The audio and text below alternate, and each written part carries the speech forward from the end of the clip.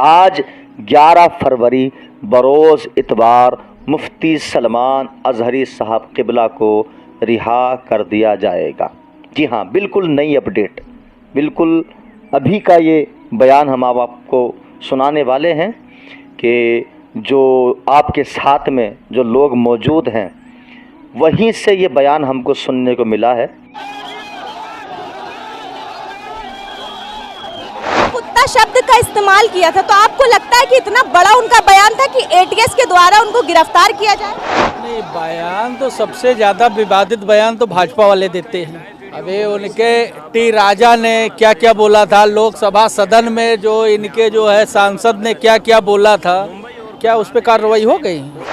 آپ یہ دیکھیے کہ 2024 کا چناؤ سر پہ ہے اور ان کے پاس کوئی راستہ نہیں ہے، تو مسلمان ان کے لیے دیش کا سب سے بڑا سروپری ہے، جس کی ہم لوگ کہتے ہیں برکتی۔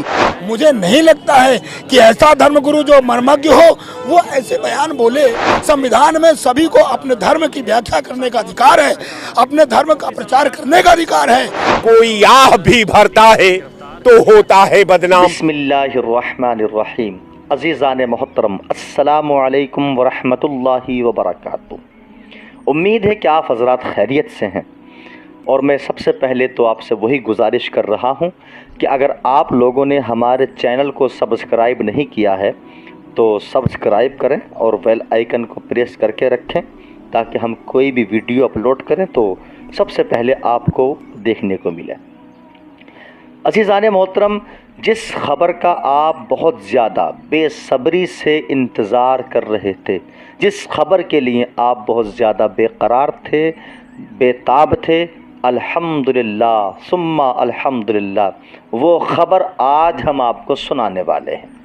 سب سے پہلے تو آج آپ یہ بات سنیں کہ ہم کس تاریخ میں آپ سے بات کر رہے ہیں۔ آج تاریخ ہے 11 فروری اور بروز رویوار یعنی کہ اتوار، جس کو ہم انگریزی میں سنڈے بھی کہتے ہیں۔ آج اتوار کا دن ہے اور 11 تاریخ میں آپ سے گفتگو کی جا رہی ہے۔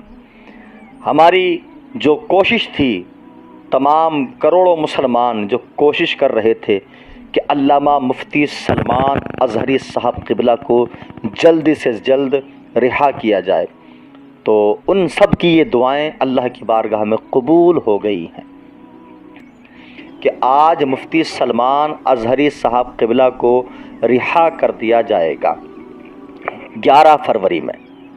لیکن اسی کے ساتھ میں ایک چھوٹی سی پریشانی یہ ہے کہ ایک گجرات کے اندر ایک جگہ اور ہے، اس کا نام ہے مداسا، تو وہاں سے بھی مفتی سلمان اظہری صاحب قبلہ پر ایک مقدمہ درج کیا گیا ہے۔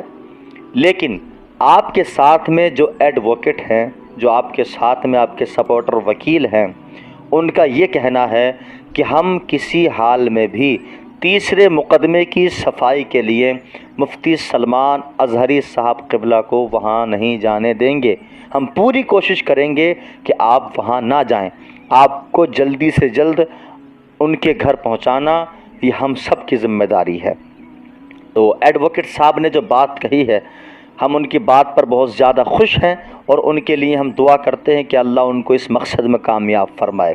اور میں آپ کو ایک بات اور بتا دوں کہ جو ضلع کچھ کا جو پولیس پرشاسن ہے، الحمدللہ مفتی سلمان اظہری صاحب قبلہ کو بہت سپورٹ کر رہا ہے اور بہت زیادہ آپ کی مدد کی گئی ہے، آپ کی ہیلپ کی گئی ہے۔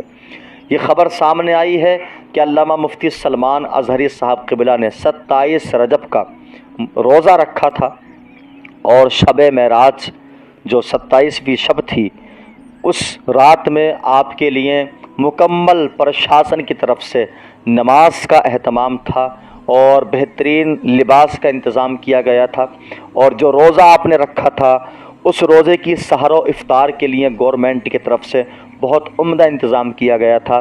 آپ کے نماز کا، عبادت کا بہت زیادہ اچھا انتظام کیا گیا تھا، کیونکہ پرشاسن بھی اس چیز کو جانتا ہے کہ علامہ مفتی سلمان اظہری صاحب قبلہ کی حقیقت کیا ہے۔